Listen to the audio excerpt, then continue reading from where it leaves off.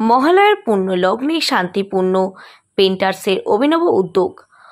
গণিকাপল্লীর মহিলাদের সম্মান জানাতে এবং সমাজের সকল নারীকে সম্মান জানাতে প্রতিবাদী লাইভ পেন্টিং কর্মসূচি গণিকাপল্লীর মধ্যে। নদিয়ার শান্তিপুরের গণিকাপল্লীতে দুর্বার সংগঠনের সহযোগিতায় 20 জন শিল্পী সারাদিন আঁকলেন একাধিক চিত্র। এদিনের এই কর্মসূচিতে অংশগ্রহণ করেন ছোট থেকে প্রবীণ সকল চিত্রশিল্পী। দাদা, আজকে কি কারণে আজকে মূলত এই জায়গাতে আঁকার চিন্তা ভাবনা করা হলো? আজকে মহালয়া, দেবীপক্ষের সূচনা, সামনেই দুর্গাপুজো, বাঙালির শ্রেষ্ঠ উৎসব। আমাদের সমাজ ব্যবস্থা এই গণিকাপল্লীর মানুষগুলোকে অন্ধকারেই রেখে চলেছে সারা জীবন ধরে, অথচ স্বয়ং দেবী সে তার নিজের মূর্তি তৈরি করে এখানকার মাটি দিয়ে প্রধান উপকরণ হিসাবে, অর্থাৎ মা দুর্গা তাদেরকে কাছে টেনে নিয়েছে।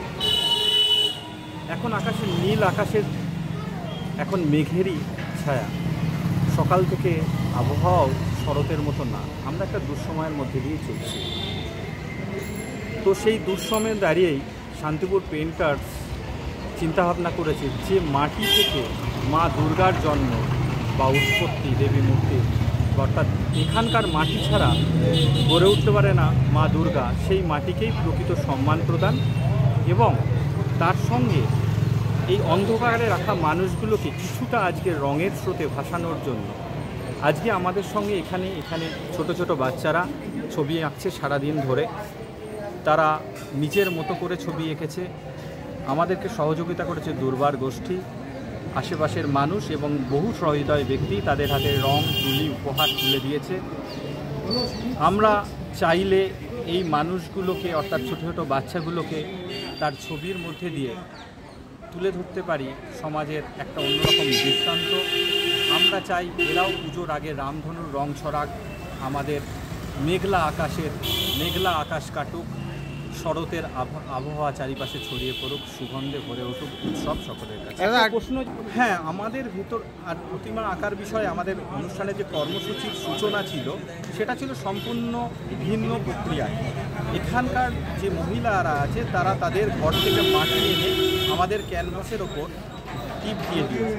তারপর আমরা প্রত্যেকেই নারী শক্তি অথবা দেবী মূর্তি আঁকছি। তো এখানে আঁকার ক্ষেত্রে আমাদের ভেতরেও একটা বিস্ফোরণ আছে এই মুহূর্তে।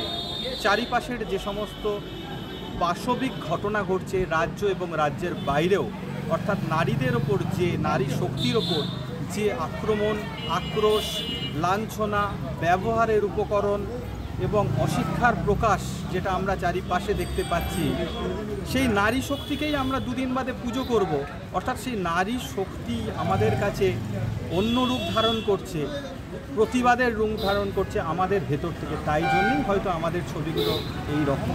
প্রশ্ন রাখবো, ইতিমধ্যে আরজিকর কাণ্ড নিয়ে আপনারা রাস্তায় নেমেছেন, ছবি এঁকেছেন, আজও সেরকম একটি প্রতিফলন পাওয়া গেল, কি বলবেন? আজকে আমরা শুধু আরজিকরকে নিয়ে রাস্তায় নামিনি, আমরা এর আগে আরজিকরকে নিয়ে অনেক ছবি এঁকেছি। আজকে আমরা নারীদের সম্মান, সুরক্ষা, হয়তো আরজিকরের সঙ্গে এই ঘটনার মিলতে পারে, কিন্তু আমরা এই জায়গাটাকেই বেছে নিয়েছি। প্রকৃত অর্থে আমরা নারীদের সম্মান দিতে পারি না, সমাজ আমাদের দিচ্ছে না। সেই কারণেই আরজিকর না, আরজিকরের বাইরেও কিছুদিন আগে একটা পাশবিক ঘটনা ঘটেছে, আমরা দেখেছি আমাদের রাজ্যের বাইরে, সেই ঘটনারও প্রতিবাদ হয়তো এটা। আপনার নাম, পরিচয়? আমার নাম রণেন্দ্রজিৎ সিং, শান্তিপুর পেন্টার্সের একজন সদস্য।